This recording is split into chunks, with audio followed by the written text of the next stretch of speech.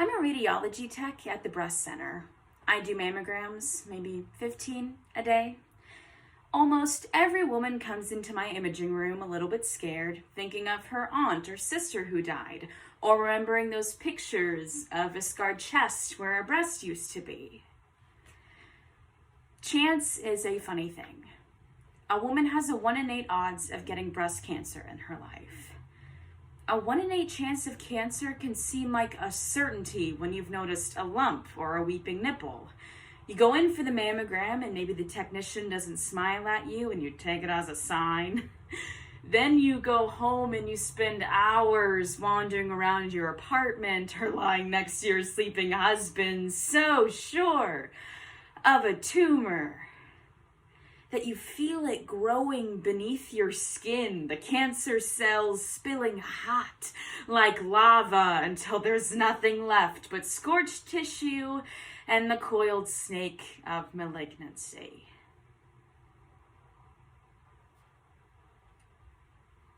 Still, I like my job.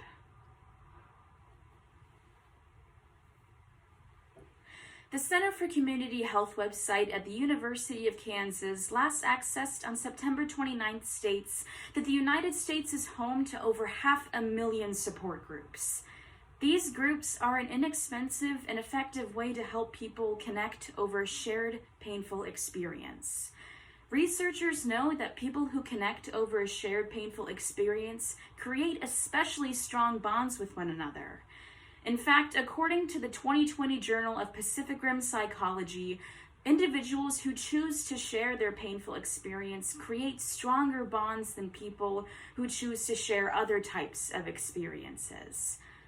Once two people recognize this bond, little more needs to be said. Don't breathe, now breathe, by Nancy Connors. My first appointment of the morning, Elena Ortiz, age 40, no history with us, so maybe a first timer. Hi, I'm Beth. I'll be your technician today. We'll make this as quick as possible. I smile in a professional way. I keep my voice soft and calm but detached. That's to help her get through it. We start with the left breast. Once Miss Ortiz is positioned correctly, I go behind the glass to control the room. I turn on the microphone and I say, hold still, don't breathe, don't breathe, now breathe. After work, I swim. When I had just one breast, there was an imbalance in my strokes, almost like walking with a limp. But once the second breast had been removed, the balance was restored. The important thing is, I made it through 2 times. And then, of course, there's always the revelation. The first time a woman's lover looks at that scarred and empty place, and she watches their face for a sign of what the future will bring. Maybe Miss Ortiz's husband would look and then look past it. Mine could not. Deep down, this dark fact feasted on me, the fact that my very being repelled my husband. There's no point in trying to ignore the truth or to pretend that it didn't exist. His body couldn't lie. That thing between us, that thing was dead, and we mourned it with tears and silence. I was the one who finally had to end it. Some men stay. Most men, probably, they learn to accept it. Maybe they congratulate themselves on their acceptance, or maybe it doesn't bother them at all. There must be some men like that. A few days later, Miss Ortiz is back for re-imaging. As we walk down the hallway, she drops her notebook. As I go to pick it up, a page has fallen open to a blue pencil sketch of a swallow. It's an accomplished drawing. The feathers are detailed and the shading expert. The bird soars upward at such an angle and with such determination that it looks as though it could leave the atmosphere altogether. I like your bird, I say. She smiles briefly. The swallow, she says. This bird, she brings solace. I hand the notebook back to her and we go into the imaging room. I want to tell her that everything will be fine, but I can't, because no matter what happens, everything won't be fine. Things will be lost. But instead, I do what I can do. When she changes into her gown, I go to the blanket warmer. When I go back into the imaging room, I place a warm blanket over her shoulders and I lead her to a chair. We have time, I say.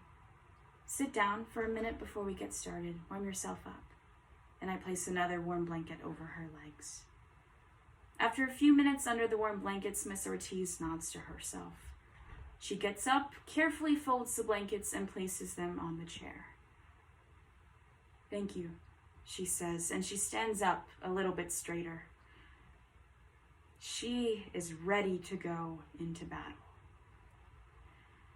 Once Miss Ortiz is positioned correctly, again I repeat the litany. Don't breathe. Don't breathe. Now breathe. Once the doctors find something, things move quickly.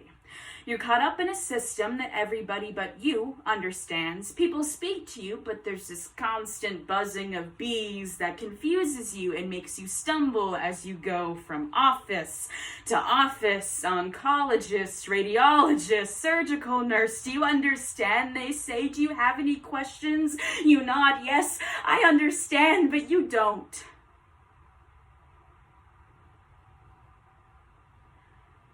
Because until the surgery, you're innocent. Miss Ortiz weighs on me. I find out that she's scheduled for a surgery. It was worse than it had appeared on our first images. I tell myself to stay away, but I know I won't.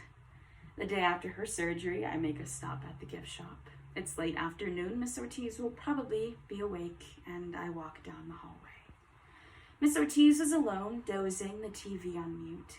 When she hears me tap on the door, she opens her eyes, and it takes her a second to recognize me. Are you doing okay? And Miss Ortiz shrugs. You are not going to die. And she turns to me, and her face flashes red. How do you know that? How do you know? You're no doctor. You just take the pictures. You said it yourself. Don't breathe. Now breathe. That's all. And I stare at her for a minute, remembering my own fear and rage, sharp and humiliating. And then I pull the curtains closed around the bed and I step inside. Miss Ortiz's look of anger briefly turns to alert as I begin to lift up my shirt. And then she sees the scars. But mostly she sees what's no longer there. Breasts, nipples, muscles beneath the armpits. She looks for what feels like a very long time, and then she says, okay. And I cover myself. I begin to open the curtains around the bed, but Miss Ortiz says, wait, and she pats the bed next to her. Show me again, she says. I lift up my shirt, and Miss Ortiz leans forward and picks up a bright blue felt tip pen and motions for me to come in close, so close that I could feel her breath on my skin. And then, with infinite care, she begins to draw a swallow on my scarred and naked chest.